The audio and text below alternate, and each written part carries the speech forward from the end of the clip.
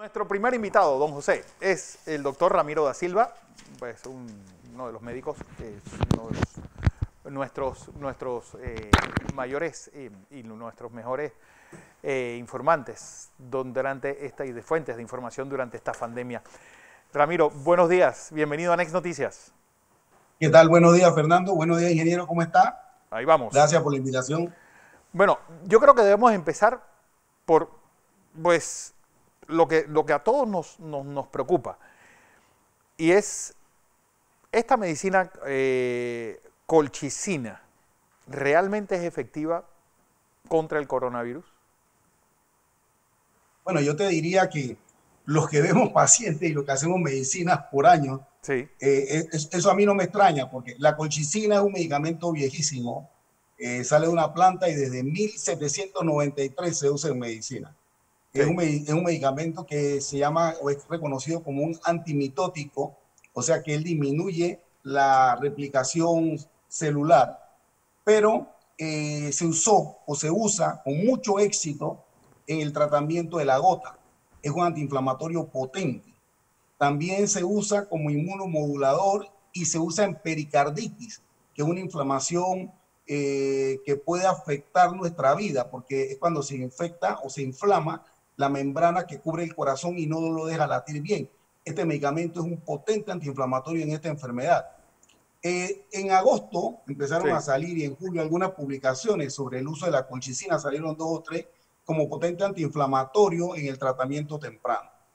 Pues algunos lo usaban, otros no lo usaban. Lo que sí es importante recalcar en este producto que su margen terapéutico, a diferencia de otros productos que se usan en tratamiento temprano, es muy estrecho.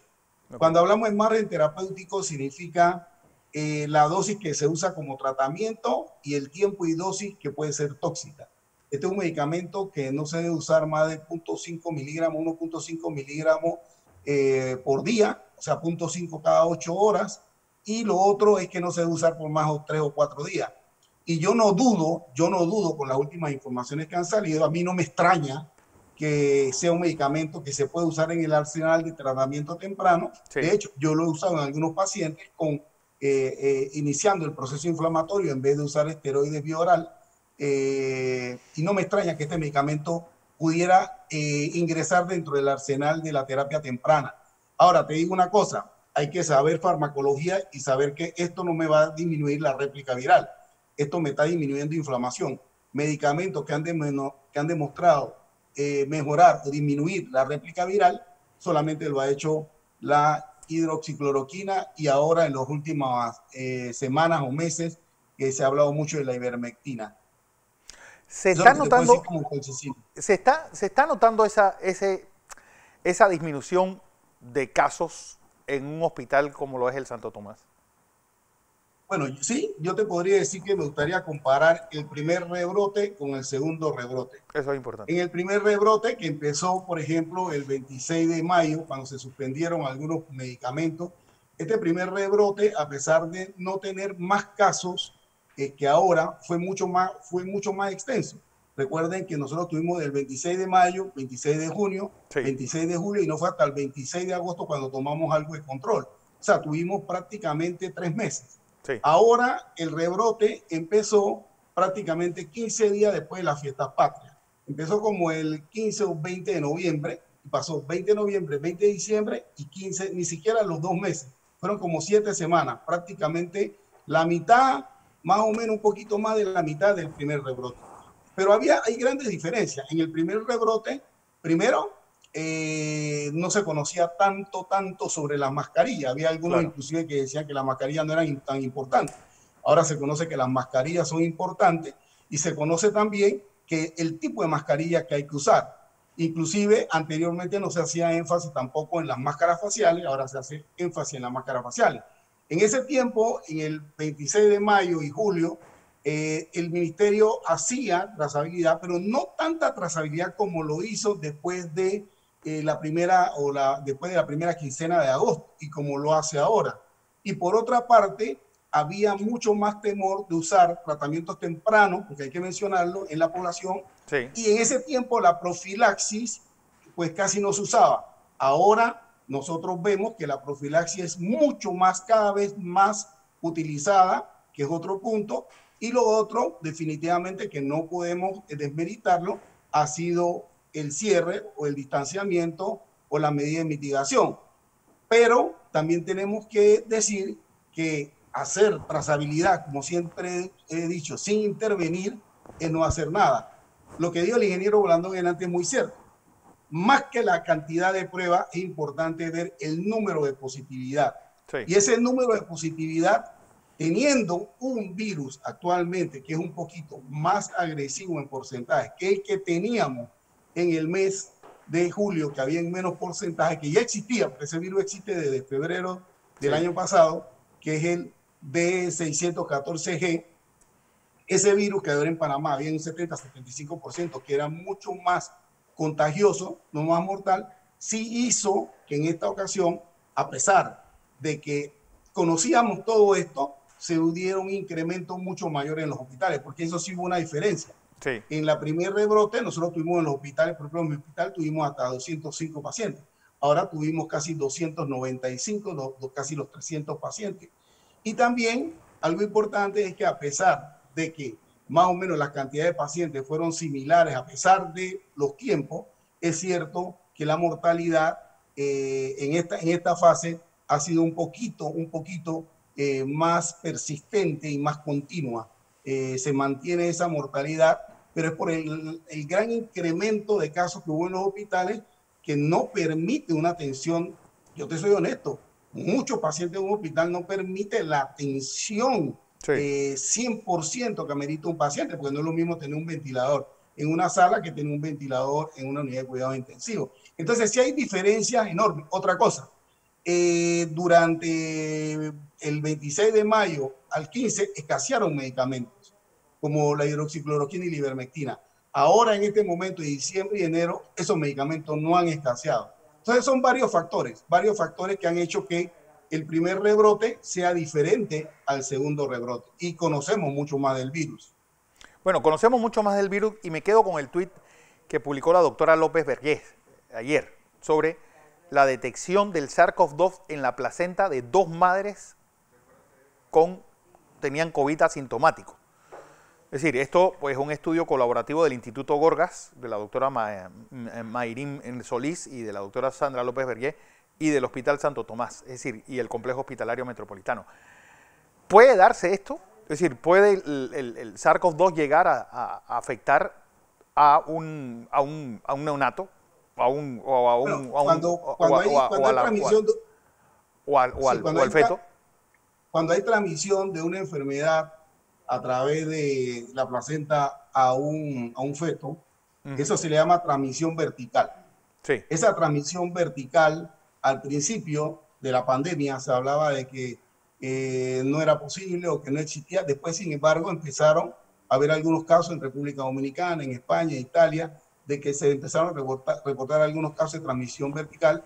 Inclusive, recuerdo en República Dominicana un caso de un niño que nació positivo y nació con necrosis de alguna de las extremidades por trombosis. Wow. Entonces, pues no es de extrañar que se empiecen a detectar este tipo de cosas y que haya transmisión vertical, que es como se llama pues, sí, en la mujer embarazada.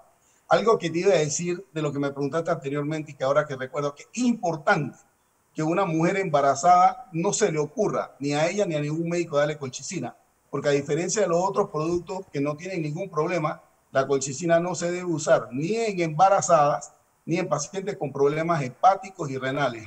Eso hay que tenerlo muy claro y la población tiene que estar pendiente de eso. Bueno, la nueva cepa de coronavirus, una cepa agresiva, la han llamado la cepa inglesa, otros dicen que también hay una cepa sudafricana. Es decir, ¿cómo está incidiendo eso en la pandemia mundial? Bueno, esa es una característica que tiene el virus y es un plus que tiene este virus que muta y que aparte de mutar puede crear posiblemente nuevas cepas. Yo te dije en una entrevista anterior que los ingleses habían detectado prácticamente casi 300.000 variedades diferentes y que cada vez que sale una cepa nueva, pues hay una tendencia o un miedo a que esta sea mucho más virulenta y que cause mucho más estrago. La cepa inglesa, que aparentemente es totalmente diferente a la surafricana, y aparentemente hay una cepa nueva, no se sabe, que todavía se está estudiando en Brasil. Sí. Entonces, esta cepa es mucho más infectocontagiosa, se contagia mucho más, necesita mucho menos carga viral para infectar al huésped. Entonces, definitivamente que esto impacta en lugares, por ejemplo, como en Europa, donde todavía tú ves que las medidas de mitigación no son tan estrictas como en algunas áreas aquí en Panamá. Inclusive nosotros tenemos países latinoamericanos y Estados Unidos que no tienen unas medidas de mitigación tan fuertes. Tuviste una manifestación, por ejemplo, ayer, creo que en un país sudamericano, donde había mucha gente sin mascarilla, protestando sin mascarilla. Entonces, eso crea ciertos problemas. El problema de la mutación son dos cosas. Una, que puede haber lo que se llama una reinfección. Se dice que para que haya una reinfección en virología no debe ser la misma cepa, tiene que ser de la misma cepa, pero para nosotros en clínica es prácticamente lo mismo. Si a ti te da coronavirus y dentro de 3 meses te da de nuevo coronavirus, a ti te importa poco si fue por la misma cepa o otra cepa diferente. Lo importante clínicamente es que te dio y que tienes que tener cuidado. Entonces, hay una discusión de qué es reinfectado y qué es lo que se llaman sospechosos. Pero las personas que le da coronavirus tienen que tener cuidado y seguir con sus medidas de bioseguridad y de mitigación debido a que puede ocurrir este fenómeno. El problema y la incógnita es que si así como cambió esa cepa en Inglaterra, en el Reino Unido, que tenía entre 23 y 24 genomas cambiados, si ella muta más, sí haría que las vacunas fueran igualmente efectivas, porque ella muta en el lugar donde precisamente las vacunas simulan ser, que es sobre la espiga S. Correcto. Entonces eso sí es un verdadero problema. Ramiro, se está polemizando y es ya un debate que empezó en Alemania sobre espaciar las segundas dosis de esta vacuna, que necesitan 2 para poder vacunar a la mayor cantidad de personas antes. ¿La posición de ustedes cuál es? O tú como experto en tratamiento de personas con COVID. Yo te digo que las vacunas, que siempre he dicho que son la luz al final del camino, pero una vacuna segura y una vacuna que sea efectiva, pues estas vacunas, todas las que se están proponiendo, son vacunas que han demostrado cierto grado de efectividad, más la seguridad todavía no se sabe totalmente sobre ellas.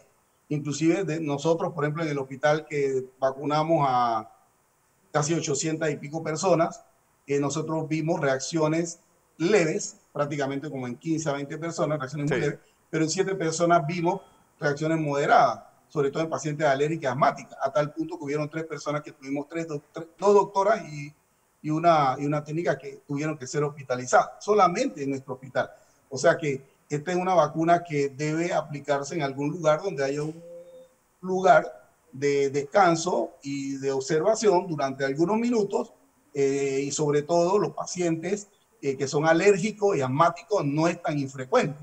Y la otra cosa, si eso fue en el hospital, yo creo que lo mismo debe haber ocurrido a nivel nacional. Claro. La otra cosa es que los pacientes con problemas inmunológicos hay que tener cuidado, porque estos pacientes posiblemente no vayan a hacer la misma reacción que un paciente normal, común y corriente, que tiene una inmunidad bien desarrollada y en forma adecuada.